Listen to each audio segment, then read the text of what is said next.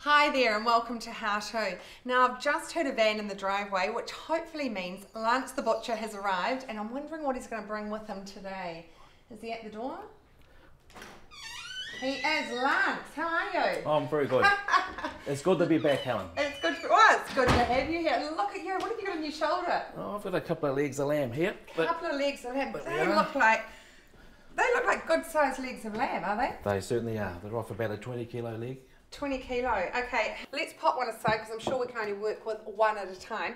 Now, you're going to show us first off how to...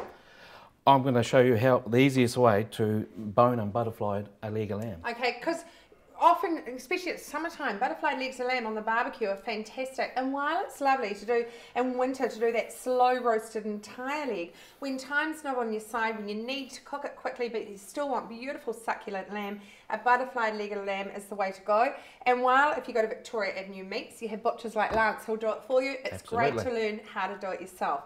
Okay, so you've got your good sharp boning knife. I certainly have. I'll just turn this over. Okay, so we've got a whole entire leg lying here like this. Right, what first? Well, the first incision I'll be making will be clearing the shank end of the lamb. So we'll just make a small cut through there and also one just on the other side. Let's go slowly with this one. So what we've done, what Lance has done, is he's made a large cut down each side of the bone at the shank end. He hasn't gone through and perforated the skin on the other side, just a deep incision into there. That's correct. Deep incision, that sounds very medical, doesn't it? It certainly does. Okay, let's keep going.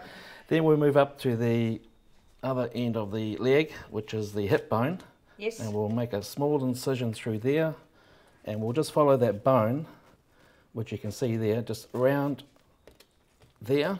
Yep. So we've cleared that bit there. Okay, so the hip bone right at the top there, we've done the shank, gone to the top, and he's cut right through there and around the edges. Okay. Okay.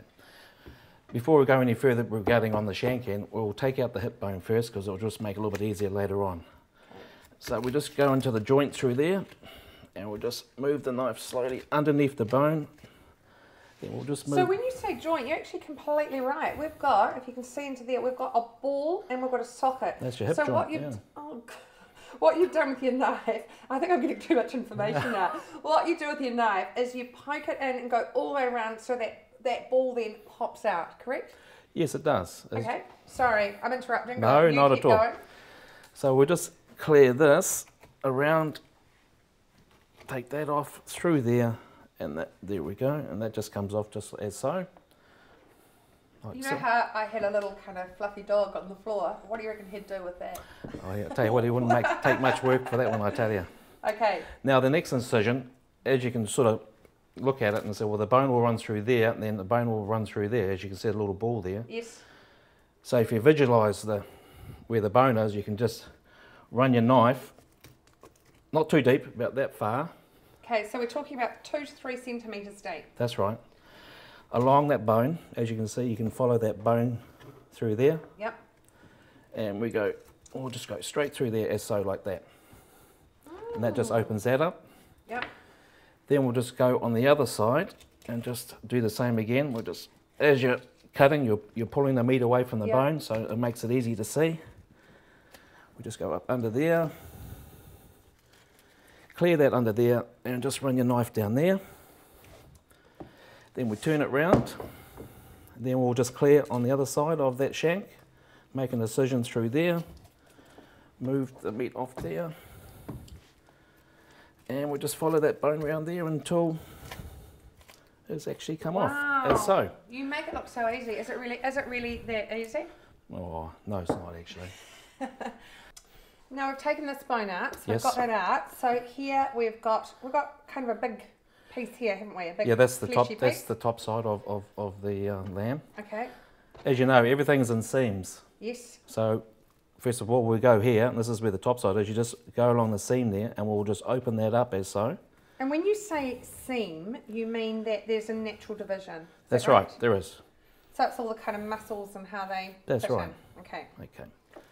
We'll just take a little bit of fat off there, as so. Yep.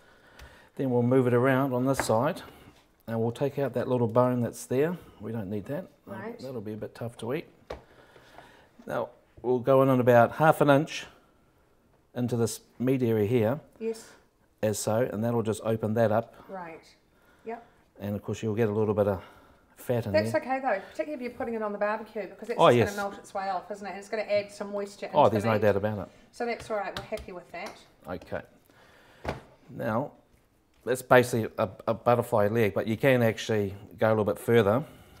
Yeah. And you can actually go like that And open it even more. and open it up even more. So you basically for got to... really quick cooking.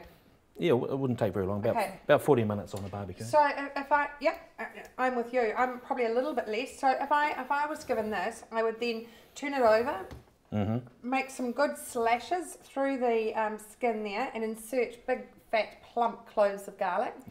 Some anchovies into there as well. Anchovy works beautifully with lamb. It really melts into it, and you don't get a fishy flavour. You just get a lovely richness. Rosemary sprigs as well. Poke them in. Don't leave them all on the outside, otherwise they're going to burn, because we are talking really high heat and really quick cooking.